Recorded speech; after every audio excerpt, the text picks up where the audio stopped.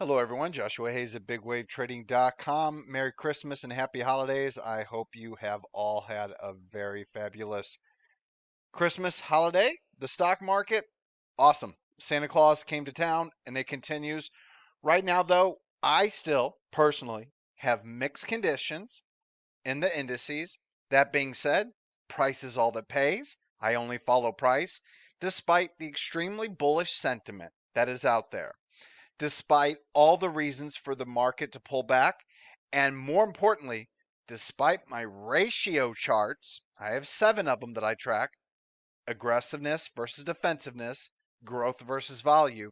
Despite them all having the exact same looks that I saw before the 2022 sell off, before the 2025 sell off, until price confirms it, I'm going with price. But if we happen to start selling off and it gets worse, guess who won't be surprised? Me.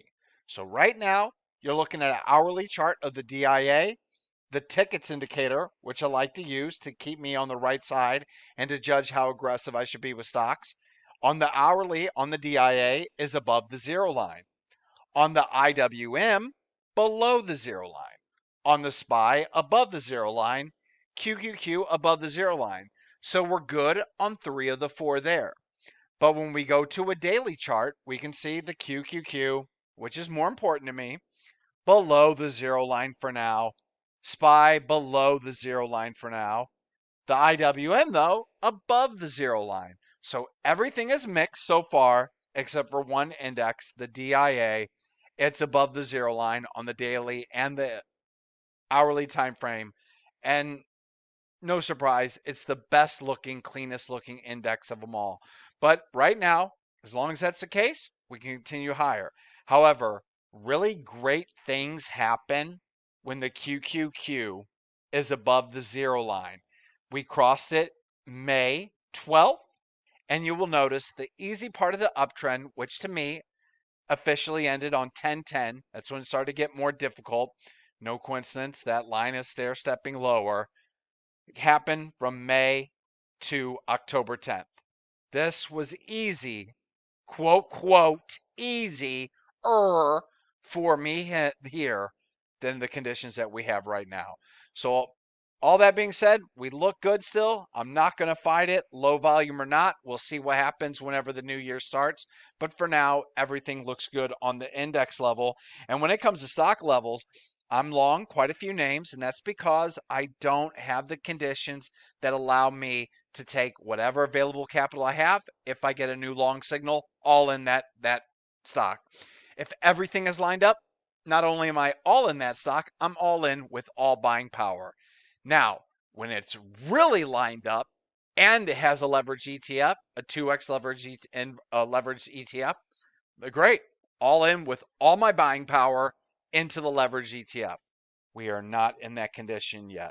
That being said, that's why I have a lot of positions. But that also being said, I could have a lot more.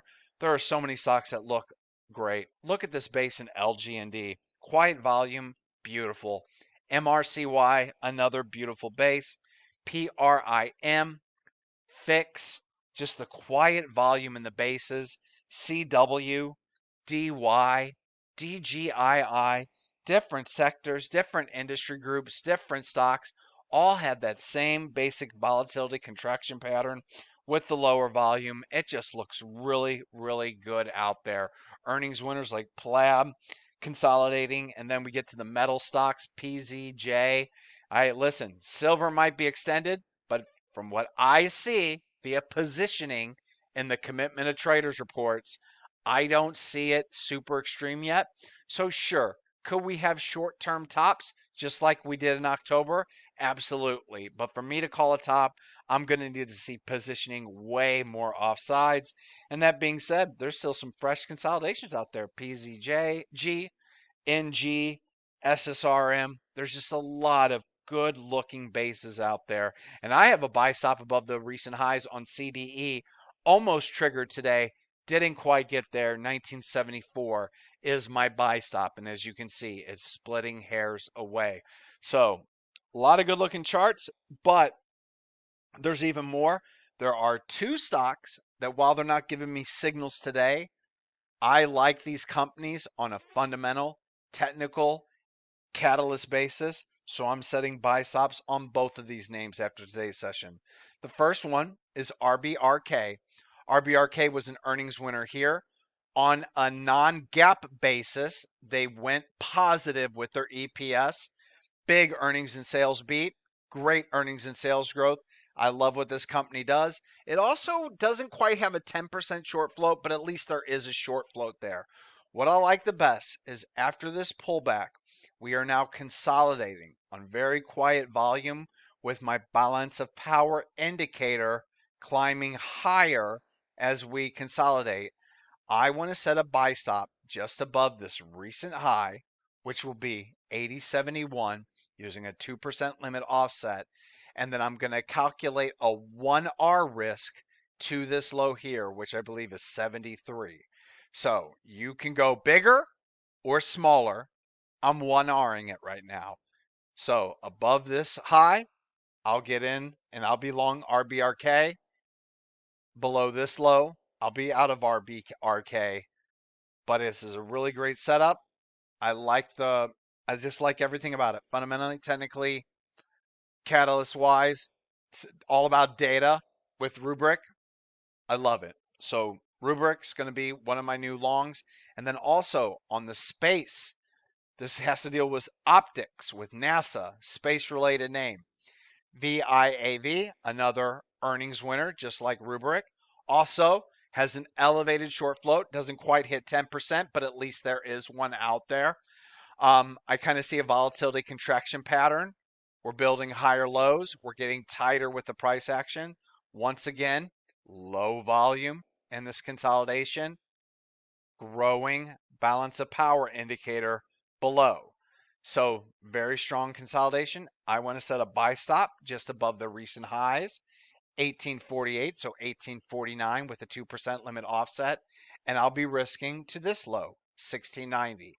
But VIAV, you got technicals, fundamentals, catalysts, elevated short float, RBRK, fundamentals, technicals, catalysts, elevated short float. I got to give them both a try.